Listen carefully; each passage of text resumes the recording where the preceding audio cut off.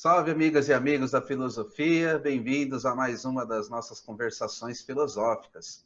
Hoje eu vou conversar com o Vitor Marques, é um prazer recebê-lo aqui, Vitor. Já te agradeço desde logo por ter aceito fazer parte aí desse ciclo, né, de conversações aqui nesse isolamento que a gente está vivendo, né? É muito bom poder conversar com pessoas diferentes e, enfim, espero conhecer um pouco melhor da sua pesquisa, das coisas que você tem se interessado. E já vou lhe passar a palavra para você se apresentar um pouco melhor, aí falar com o pessoal que está assistindo também. Alguns provavelmente não te conhecem, então se você puder falar um pouco mais aí para a gente começar esse papo. Muito obrigado e boa tarde, tá bom? Boa tarde, obrigado, Caio, pelo convite. É um prazer estar aqui tendo esse diálogo contigo. Espero que seja proveitoso para você, para as pessoas que estão nos ouvindo também, né? Eu sou Vitor Marques, atualmente eu sou professor da Universidade Federal do ABC, no curso de Filosofia, mas somos uma universidade que tem orgulho de se dizer interdisciplinar, né? Então, eu dou aula mais para pessoas fora da filosofia do que propriamente para estudantes de filosofia. Então, costumo pegar as turmas de bases epistemológicas da ciência moderna, que é uma matéria que é obrigatória para todo mundo que entra, qualquer curso que seja. Então, dou aula para cientistas, engenheiros de formação. A minha própria formação é um pouco mista, porque originalmente, né, a minha graduação e a única graduação que eu tenho é em ciências biológicas, né? Fiz na Universidade de São Paulo. Não sou de São Paulo, embora fiz a minha graduação, estou morando lá agora como professor da UFABC. Sou originalmente do Ceará, que é nascido e criado no Ceará, mas fiz a minha graduação em biologia em São Paulo, depois retornei ao Ceará para fazer um mestrado em filosofia e depois fui para Porto Alegre fazer o meu doutorado em filosofia também na Pontifícia Universidade Católica. E acho que é interessante tocar nesse ponto, porque lá foi no doutorado em filosofia na PUC que eu encontrei e ajudei a criar, fui um dos cofundadores do grupo Materialismos, que é um grupo que tem dado uma contribuição para o debate contemporâneo filosófico no Brasil, sobre uma perspectiva, às vezes, do que a gente chama da virada ontológica, do realismo especulativo, de novas filosofias materialistas ou de novas metafísicas realistas. Então, pessoas como o Rodrigo Nunes, o Charles Borges, o Moisés Pinto Neto, esse faz parte desse grupo originário aí do materialismo, onde cada um elaborou uma proposta de materialismo, um projeto filosófico mais ou menos autoral, né, a partir de várias tradições intelectuais distintas. O tipo de materialismo que eu defendi na época, eu chamei de materialismo evolutivo, e é uma tentativa de aproximar a filosofia, inclusive as questões tradicionais da filosofia, sobre o que é o ser, o que é o ser humano, o que é o conhecimento, o que é a moralidade, mas de uma perspectiva naturalista evolucionária, né? Então, compreendendo o ser humano, com todas as suas competências e faculdades espirituais, como uma parte da natureza, o resultado de um processo histórico-natural que não o tinha por objetivo, né? E tentar perceber, a partir daí, seja como uma epistemologia, ou seja, como uma teoria do conhecimento amplo, que seja capaz de dar conta da filosofia, da ciência, pode ser integrada numa chave naturalista, né? Como o conhecimento é possível no interior de um mundo material, né, inicialmente não normativo, não teleológico, não intencional. Então, como essas coisas aparecem no interior da natureza, essa é uma das minhas principais questões que eu me coloquei no doutorado, né, pensar uma teoria da vida e uma teoria do espírito que dê conta da emergência natural das nossas competências e capacidades espirituais. E acho que isso ajuda a dar uma lança luz em problemas tradicionais da filosofia, que eu acredito que são problemas que merecem ser mantidos na sua ousadia e genericidade, né? Então, eu diria assim, como o que seria interessante para mim seria rearticular os problemas clássicos da metafísica numa linguagem não metafísica, numa teoria do ser naturalista. Então, isso é o que eu fiz no meu doutorado. Já, de certa forma, trabalhando em cima de estudos que eu tinha feito no mestrado, que visavam conectar ou articular teorias da biologia contemporânea com as concepções de vida que aparecem no idealismo alemão, sobretudo Kant e Hegel, principalmente. Hegel foi um dos meus principais autores, tanto no mestrado como no doutorado. Mas tentar, a partir disso, em diálogo com as ciências naturais contemporâneas, produzir uma imagem de mundo abrangente que seja, ao mesmo tempo, especulativamente ousada, mas também empiricamente informada, né? Esse é o tipo de ambição que eu tinha no meu engajamento com os novos materialismos contemporâneos. Paralelamente a isso, eu sempre fui também um militante, né? Um militante identificado com as tradições das lutas comunistas, né? As lutas dos despossuídos, das classes oprimidas, dos de baixo. Tal. Uma certa... E aí, sendo isso, a figura do Marx acaba aparecendo também com referência teórica e política, né, basicamente insuperável. Eu não diria que seja a única referência fundamental, mas é certamente uma referência historicamente muito importante. Então, pelo esse histórico militante, engajamento militante, eu me aproximei também, teoricamente, do marxismo, embora não com um compromisso ideológico com o marxismo, mas com a vontade de tentar resgatar do marxismo quais seriam as ferramentas ou os instrumentais conceituais mais interessantes para pensar as lutas emancipatórias no nosso tempo e tentar reelaborar, a partir dessas lutas, o que seria um horizonte pós-capitalista, anticapitalista no século XXI. Nesse contexto, eu me aproximei da revista Jacobin, que é uma revista do socialismo democrático nos Estados Unidos, que tem agora se espalhado pelo mundo, né? Tem uma versão na Alemanha, uma na Itália, uma na Inglaterra, e nós trouxemos a Jacobin para o Brasil também. Ano passado saiu a revista Jacobin Brasil, né? A editora é a Sabrina Fernandes, então estive muito próximo dela nesse esforço. Sou hoje diretor de desenvolvimento da revista Jacobin, não sei exatamente o que significa esse título, mas enfim, faço um trabalho de articulação política pela revista. E de 2015 para cá, me senti também muito tragado e absorvido pela conjuntura política, né? Porque acho que nós estamos vivendo num momento que eu avalio, e daí por uma leitura gramsciana também, né, como um período de crise de regime, de crise de autoridade, ou mesmo de crise de hegemonia, crise orgânica é o termo do Gramsci, né?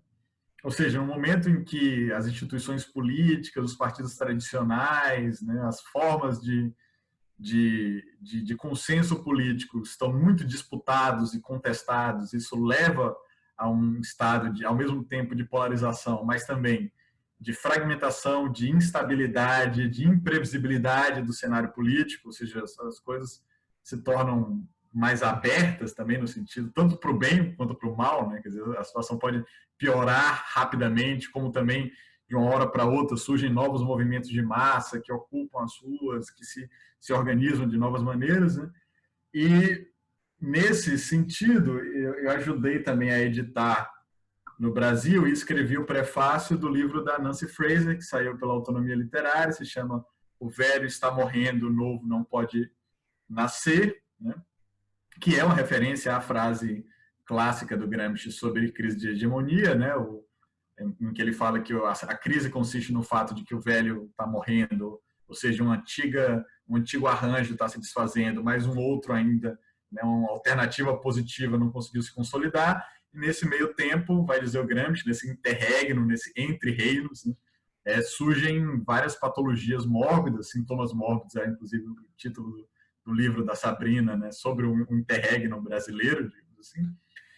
E nesse interregno aparecem também patologias políticas como o populismo reacionário, né, um recrudescimento da extrema-direita, e a Nancy Fraser vai tratar sobre como isso acontece nos Estados Unidos, né, por exemplo, como as próprias contradições do período neoliberal, do consenso neoliberal que estabeleceu na década de 90, nos anos 2000, como as contradições dele acabaram gerando impasses, né, fissuras que foram aproveitadas para o crescimento de um discurso de uma direita hiperreacionária, né, que se apresenta como anti-establishment, né, como subversiva, de certa maneira, né, quase adotando uma retórica revolucionária. Isso a gente viu também na campanha do Trump, como a gente vê na campanha do Bolsonaro, né, contra o sistema, contra isso que está aí. Embora a gente ache que isso não é um elemento, né, esse não é um momento apenas negativo, porque da mesma maneira que você tem um ascenso dessas forças de populismo de direita, de uma extrema-direita hiperreacionária, o próprio caráter consensual do sistema capitalista também entra em questão, né? Então é nesse momento que a gente consegue nomear o capitalismo como um tipo histórico contingente de arranjo social, né, que pode ser pensado para além, né? Então esse momento de crise de hegemonia, eu diria que é também um momento de ruptura ou colapso daquilo que o Mark Fisher chamava de realismo capitalista. Eu chamo a atenção a isso porque esse livro do Fischer, que é um livro de 2009, chamado Realismo Capitalista, nós estamos preparando a publicação no Brasil. Isso deve sair em questões de meses, né? Eu tive envolvido também com a tradução do livro do Fischer, estou escrevendo também um prefácio para ele e logo deve estar disponível para o público brasileiro, vai sair pela Autonomia Literária também. Então, Fischer falando logo ali no final do que a gente poderia chamar os grandes anos 90, né, que vão até a crise financeira de 2008, que é esse momento do fim da história, do momento de que não existe alternativa, né, quer dizer, que o neoliberalismo se normaliza como a única forma, a única realidade possível, né? E o Fischer vai dizer, bom, isso daí, nós estamos nesse momento em que é mais difícil imaginar o fim do mundo do que o fim do capitalismo, né? Essa é praticamente uma fórmula sucinta do que seria esse realismo capitalista, mas que esse momento é também provisório, né? E eu acho que a gente poderia, embora o Fischer não faça isso, acho que a gente poderia, eu chego a mencionar no prefácio da Fraser, né, que não é a última vez, não é a primeira vez, perdão, que algo como o fim da história foi declarado, né? Também ali na década de 50, né, você tinha essa noção, agora o sistema está estabilizado e as coisas vão, né, continuar no momento, e de repente aparecem explosões de movimentos de massa, greve geral, 68, né, toda a efervescência política do final da década de 60, começo da década de 70, e depois isso foi dar na contra-revolução neoliberal, portanto, na formulação de um outro arranjo diferente do pós-guerra, né? Mas eu diria que essa tese do fim da história é a tese clássica da direita hegeliana depois da Revolução Francesa, né? Digamos assim, ali o começo do século XIX é exatamente contra isso que o próprio Marx vai se insurgir naquele momento, né? A direita hegeliana vai dizer, não, nós chegamos no fim da história, essas são as formas políticas finais que a humanidade pode almejar, o que agora a gente pode fazer é expandir a história nas outras populações humanas, digamos assim, mas não tem nada muito novo a ser criado do ponto de vista de inovação política e social, né? E o Marx vai começar o Manifesto Comunista dizendo, não, a história é a história da luta de classes, né? E você pode até imaginar que essa história acabou, mas não acabou, porque continua tendo classe, continua tendo luta, e, portanto, a história continua sendo empurrada para frente e novas formas sociais vão ser desenvolvidas, novos sujeitos políticos vão aparecer, inovações políticas e sociais inevitavelmente surgirão, né? E acho que o Marx estava certo em dizer que aquele não é o fim da história, porque a história é movida pela luta de classes e existem novas classes, né? E eu acho que na década de 90 você teve de novo esse discurso, bom, agora a história realmente acabou, não existe mais distinção de classe, né? Não existe mais capital-trabalho, todo mundo agora é o capital humano ou empreendedor de si, e todas as disputas vão ter que ser resolvidas entre uma centro-direita e uma centro-esquerda que tem um amplo acordo sobre as estruturas políticas e sociais mais gerais, e eu acho que agora esse momento entra em implosão também, né? Ou seja, essa ideia de que acabou a história é negada tanto pela direita, que vai querer retornar a um certo passado, né? Você tem a retórica do populismo, é sempre uma retórica de é bom, é como era antes, né? Ou seja, uma nostalgia de um passado anterior. Mas você tem também novos movimentos democráticos de massa aparecendo, reivindicando o futuro, dizendo, não, existem na nossa sociedade hoje injustiças, desigualdades, opressões que são insuportáveis, e as coisas como são não são necessariamente como as coisas precisam ser ou deveriam ser, e nós podemos transformar a realidade. Então, realargando um horizonte político para além desse eterno presente do realismo capitalista do fim da história. Então, eu diria que, fazendo também a minha primeira apresentação e a cronologia da minha formação, eu diria que o que sempre me absorveu, o que sempre me instigou, foram duas grandes questões que eu chamaria de questões filosóficas, né?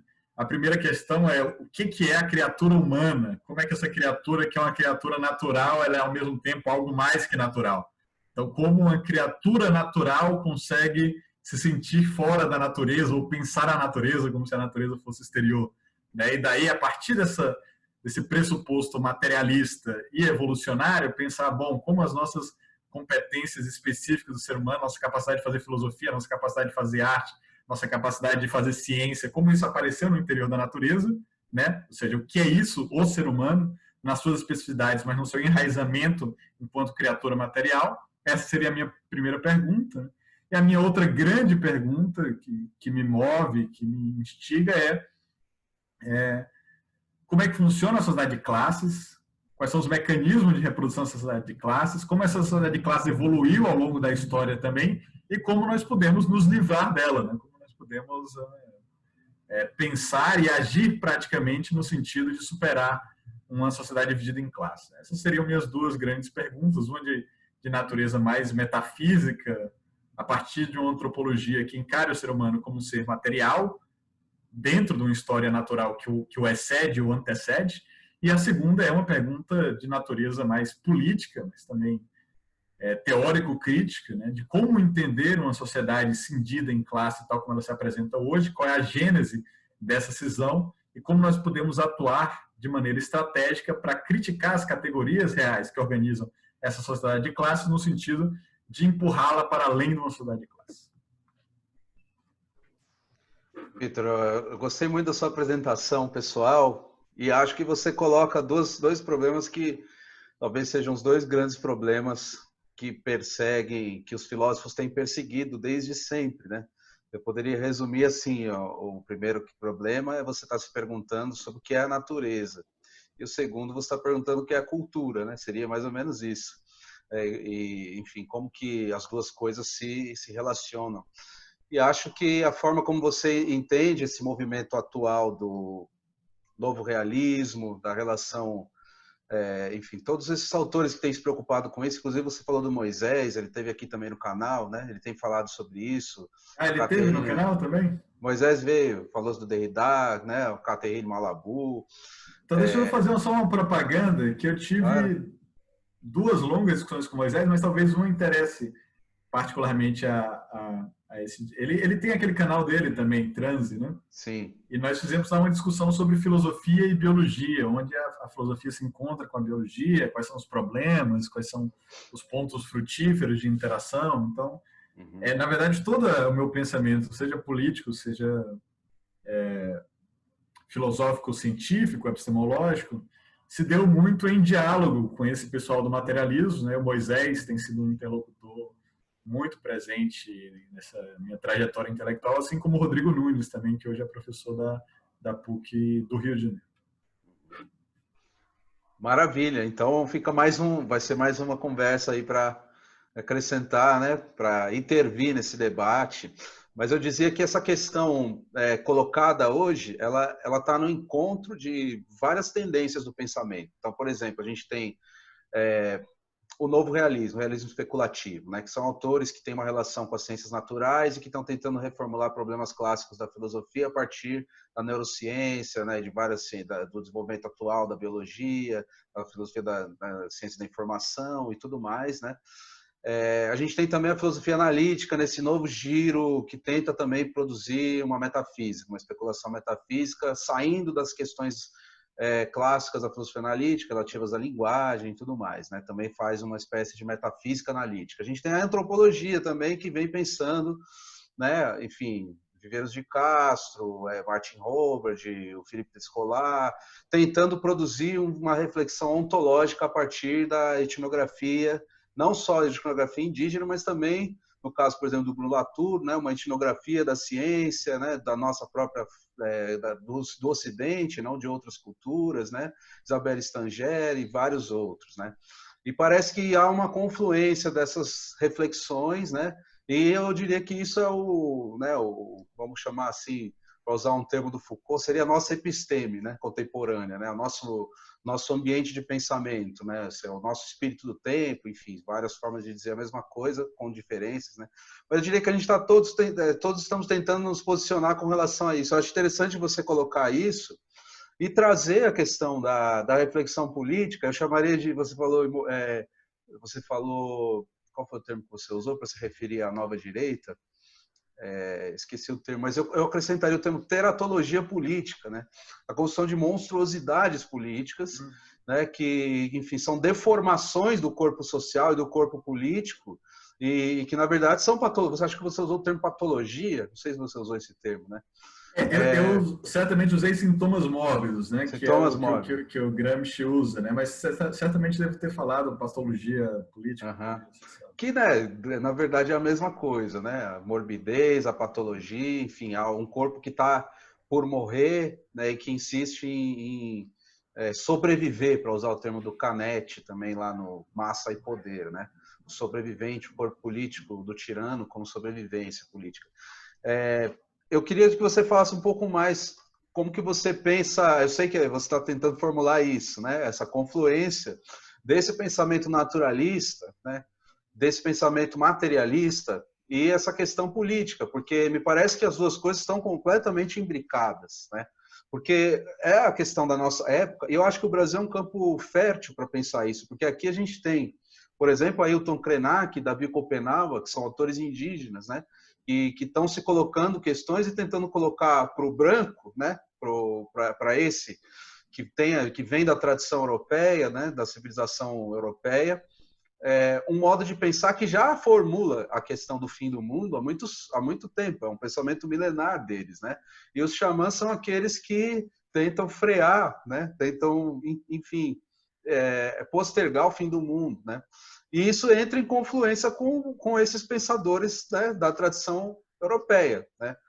Por exemplo, o próprio Marx, né? Seria a questão de pensar a revolução, ou Benjamin, melhor ainda, né? Que depois que ele se encontra com o marxismo, né, o freio do progresso, a questão o Levi-Strauss, a questão de frear a entropia, né, a antropologia como entropologia, todos esses conceitos que vêm da termodinâmica, das ciências ocidentais, né, que tentam pensar, enfim, a devastação das florestas, né, a aceleração do fim, né, da queima dos combustíveis fósseis, né, dos recursos naturais do planeta que permitem a vida, mais do que a vida humana. E tudo isso, eu acho que tem a ver essas duas coisas, né, que você tem se colocado, né, que você fala que são duas grandes questões, na verdade, me parece que elas são a mesma questão colocada de maneira diferente, né? Queria que você falasse mais de como que você vê essa relação entre essas duas coisas. De um ponto de vista pessoal, elas sempre me pareceram como duas questões muito distintas que faziam parte de compartimentos diferentes da minha reflexão, inclusive da minha vida, digamos assim. Então, eu lidava com elas em momentos diferentes. A minha vida, numa primeira reflexão, eu diria que quando eu comecei a pensar ou me interessar nessas duas questões, elas estavam compartimentalizadas de maneira muito discreta, assim, né? No sentido de que uma hora eu botava o meu chapéuzinho de militante e pensava politicamente, e outra hora eu botava meu chapéuzinho de biólogo, depois de filósofo, e pensava em termos mais especulativos. Agora, o que me parece que certamente aconteceu, né, e acho que o final dos anos 2000 marcam isso, nós fundamos esse grupo em 2010, né, final de 2010, né, o Materialismos, e aí já estava rolando há algum tempo, mas não tanto tempo, acho que é coisa de 4, 5 anos, essa discussão em torno do realismo especulativo, do livro do Meia Sul, né, as coisas do Graham, de ontologia orientada ao objeto. E eu às vezes converso com o Moisés sobre isso, certo? Porque me parece também, eu estou pensando e tentando falar, tá? Então por isso nem sempre está indo muito rápido, né? Estou tentando formular agora na minha cabeça. É que se tornou muito claro a partir da segunda metade dos anos 2000, certo? Que os negócios humanos, ou a esfera dos humanos, não é autossuficiente ou autossubsistente. E que... Por que eu estou dizendo isso? Né? Acho que a partir do final da década de 70, década de 80, há uma deriva forte das humanidades, da filosofia em particular, para uma espécie de ultraculturalismo. Certo? Então, está unicamente preocupada, digamos assim, com os jogos entre os signos, né? As relações simbólicas, jogos de linguagem. Né? Então, quase como se, considerando que tudo que nos interessa em termos de humanidades, em termos de reflexões humanas, são o que tem a ver com a nossa vida linguística. Tá? E, na verdade, até né, frequentemente escorregando num antirrealismo, no sentido de que ou não tem nada fora da linguagem, ou que o que está fora da linguagem não nos cabe falar, porque está além da linguagem, a gente não conseguiria falar mesmo dessas coisas, ou então que o que está fora da linguagem não nos afeta. E eu acho que o final dos anos 2000 é um momento de choque de realidade também, né? Em que esse circuito de signos parece ter se desestabilizado, digamos assim. Se sofreu uma série de choques do real, né?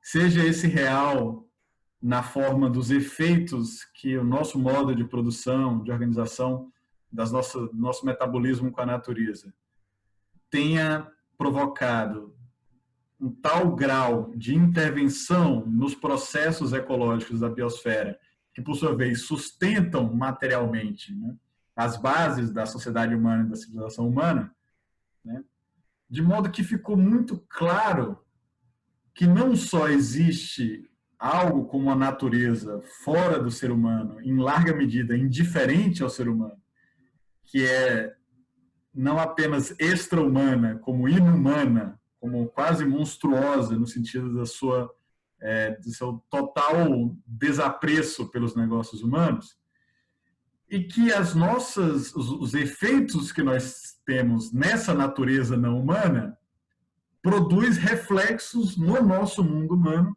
independente da nossa capacidade de compreendê-los, simbolizá-los, pensá-los, pô-los em palavras. Então, e isso se tornou, a crise ecológica nos coloca essa possibilidade de maneira muito forte, né? Não só de pensar que os seres humanos constituem uma espécie de mega objeto junto com os processos naturais não humanos no qual estamos imbricados, do qual dependemos, mas também nos quais atuamos, sabendo ou não, pensando ou não, simbolizando ou não, né? E isso se tornou tão evidente que a própria ideia da extinção total da espécie humana como resultado dos efeitos não intencionais da ação humana na natureza virou um cenário que nós não podemos mais desprezar. Então, a filosofia também passou a se preocupar, em larga medida, com pensar o que seria um universo, um mundo onde não existem humanos, onde outros atores, fatores e objetos estão atuando, interagindo, né, se afetando mutuamente, mas para além da humanidade. Então, eu acho que a crise ecológica nos força, no limite, a pensar também um universo sem humanos. E isso causa todo um curto-circuito numa filosofia de tendências ultraculturalistas e, no limite, idealistas, né? Porque nos força a pensar que a nossa própria existência enquanto criaturas simbólicas que, nos seus jogos de linguagem, produzem uma codificação linguística do mundo, que isso é uma espécie de jogo de signos sob uma base material da qual esse jogo de signos depende, mas que essa base material, por sua vez, não depende desse jogo de signos. E que ela pode existir mesmo se a nossa tagarelice humana deixar de existir. E se nós levarmos a sério o que as ciências naturais têm a nos dizer, e eu acho que o Meillassoux é o sujeito que vai levar a sério isso, vai dizer, bom, realmente não só pode existir um momento em que a humanidade não existiu e tinham coisas sem ninguém para interpretar essas coisas, ou pensar, ou perceber, ou sentir essas coisas, como existia um momento da história do universo anterior em que de fato isso aconteceu. Tinha natureza sem existir humanos, ou sem existir seres capazes de pensar, sentir, imaginar essa natureza. Então, isso do ponto de vista naturalista científico. Né? Mas eu acho também que, do ponto de vista político, a década de 80 e de 90 sofreu uma ilusão semelhante. Né? Qual é essa ilusão? É essa ilusão de que os processos sociais ou já haviam adquirido ou estavam em vias de adquirir uma constituição mais suave, por assim dizer, mais lisa, certo? Em que nós poderíamos resolver as coisas na conversa. Né? E a filosofia estava muito preocupada com exercícios normativos ideais, né? Em situações ideais de comunicação racional ou coisas do tipo. E pouco interessada sobre os conflitos e antagonismos bastante materiais sobre distribuição de riqueza e poder no interior da sociedade. E que esses conflitos não teria como falar por cima desses conflitos, não tem como resolver esses antagonismos apenas na base da linguagem. Esses antagonismos, para serem resolvidos, exigem uma reconfiguração de estruturas materiais bastante concretas. Né? E, portanto, para além da crítica, para além da desconstrução linguística, para além de uma interpretação hermenêutica, isso envolve uma efetividade prática, uma alteração na materialidade das relações sociais, na qual estão enraizados esses conflitos e esses antagonismos. E a crise de 2008 mostrou isso de maneira muito clara. As políticas de austeridade que se seguiram mostraram isso de maneira muito clara. E foi reemergindo no interior da sociedade uma autoconsciência, né, muito mais refletida, muito mais, digamos assim, visível e óbvia sobre as imensas desigualdades de riqueza e poder que atravessam o corpo social, seus efeitos deletérios e as consequências patológicas dessas desigualdades. E isso agora pode ser tematizado e entra num novo contexto em que você tem movimentos de massa que voltam a levantar bandeiras ou demandas universais de reparações de injustiças, de transformação sistêmica de estruturas materiais. Isso significa também que olha como é interessante, né? Na própria teoria crítica, na década de 90, e eu lembro desse livro, desse artigo que a própria Nancy Fraser vai publicar, acho que na New Left Review, em 1995, em que ela vai falar sobre reconhecimento e distribuição, né? Como é que funciona a gramática dos conflitos numa época pós-socialista. Ou seja, a própria Nancy Fraser, que era e continua sendo uma marxista, estava falando que nós estaríamos vivendo naquele momento uma era pós-socialismo. O socialismo não se colocava mais como uma possibilidade concreta no horizonte histórico e, portanto, os próprios conflitos tenderiam cada vez mais... Ela faz uma crítica a isso, mas ela entende também essa tendência que estava em marcha nos próprios movimentos, né, de que os conflitos eram compreendidos e atuados numa chave simbólica, cultural, de reconhecimento, né? E não de alteração de distribuição de recursos materiais, algo do tipo. E a própria Nancy Fraser vai dizer, olha, isso daí ficou um pouco unilateral, né? Nós fomos muito para a via do reconhecimento e deixamos de lado essa via distributiva mais materialista. E no final isso volta a explodir também, né? Agora você tem tanto os antagonismos, os conflitos de reconhecimento que estão muito presentes, mas esses conflitos de reconhecimento agora adotam também uma demanda e um enquadramento em termos materiais, no sentido de direitos, né? E, portanto, de vida concreta. Daí você tem toda um debate sobre a reprodução da vida, o cuidado e a compreensão também dos seres humanos, portanto, como, né, seres materiais que têm um corpo, e esse corpo precisa de determinadas condições de existência, ou seja, precisa ter um trabalho para reproduzir esses corpos, seja no sentido geracional, mas também no sentido de reproduzir os nossos próprios corpos via alimentação, cuidado, mas também a nossa reprodução psicológica, dos danos psicológicos que o mundo do trabalho oferece, como ele precisa de um trabalho reprodutivo, né, que nos torne novamente seres capazes de trabalhar.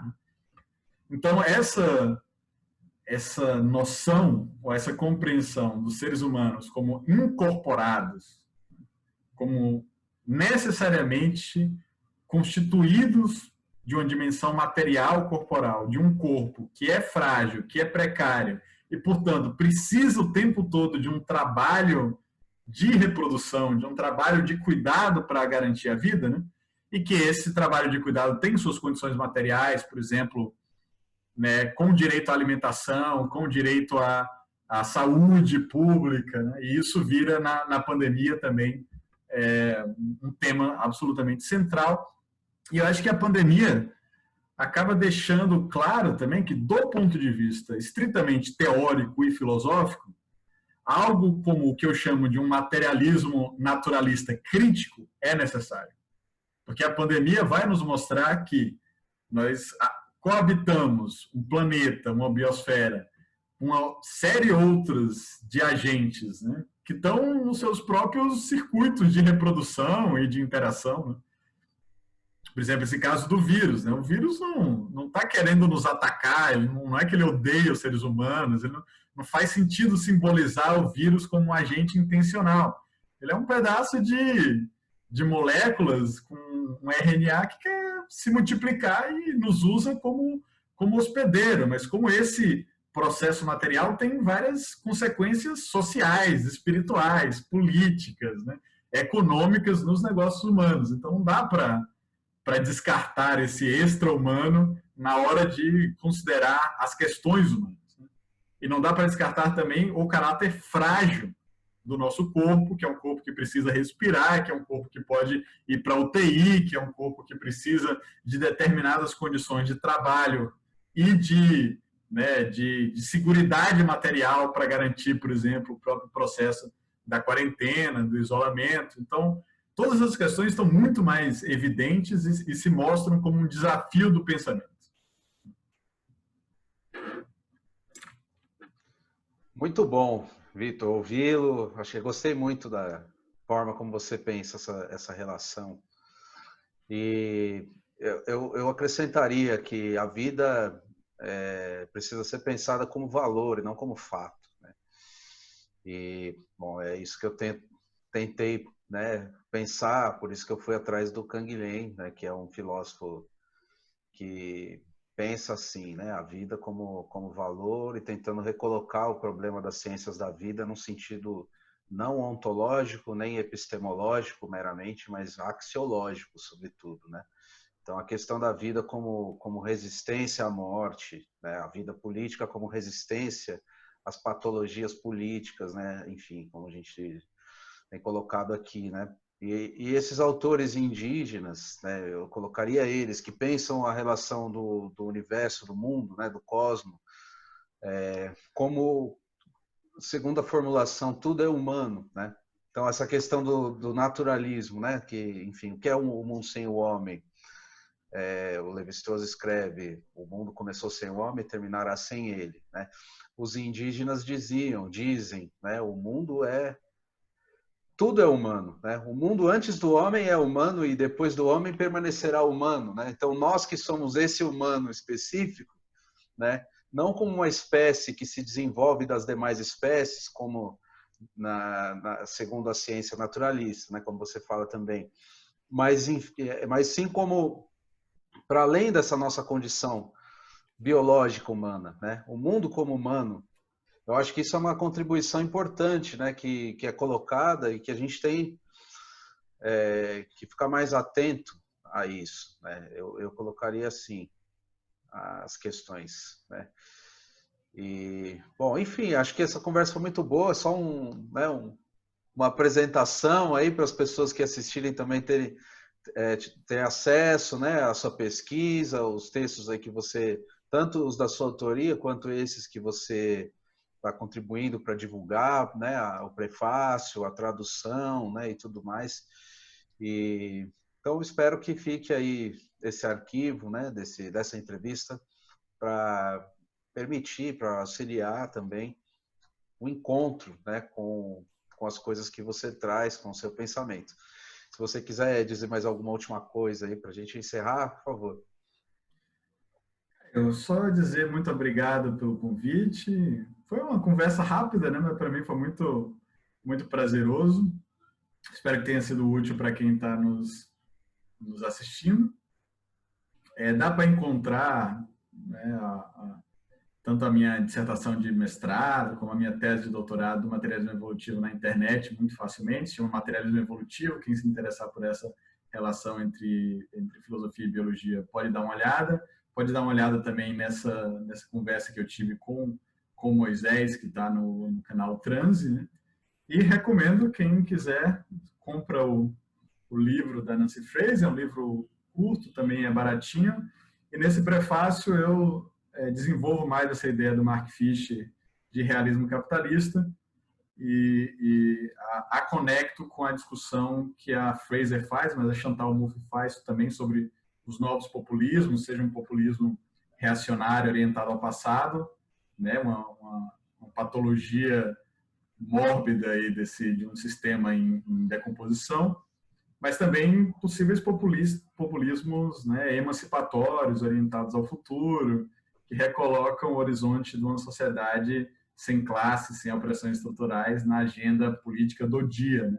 Um socialismo democrático para o nosso tempo, que é o que nós tentamos argumentar na Jacobin. Então, outra dica é sigam a Jacobin Brasil nas redes sociais, está presente no Twitter, no Facebook, né? E vamos ter uma outra edição da Jacobin saindo esse ano. E quem gostou do Mark Fisher, nós estamos terminando de fazer a edição do Realismo Capitalista com alguns outros textos. Ele vai sair pela Autonomia Literária ainda esse ano, isso é uma questão de poucos meses, talvez até poucas semanas. E pretendo no próximo semestre dar um curso de extensão livre sobre o Mark Fisher, sobre realismo capitalista, né, do lento cancelamento do futuro até o comunismo ácido, que é um outro termo do Mark Fisher. Esse curso deve sair online, disponível para quem quiser. Então, se vocês estiverem interessados por isso, podem podem esperar. Em poucos meses a gente vai estar fazendo essas iniciativas.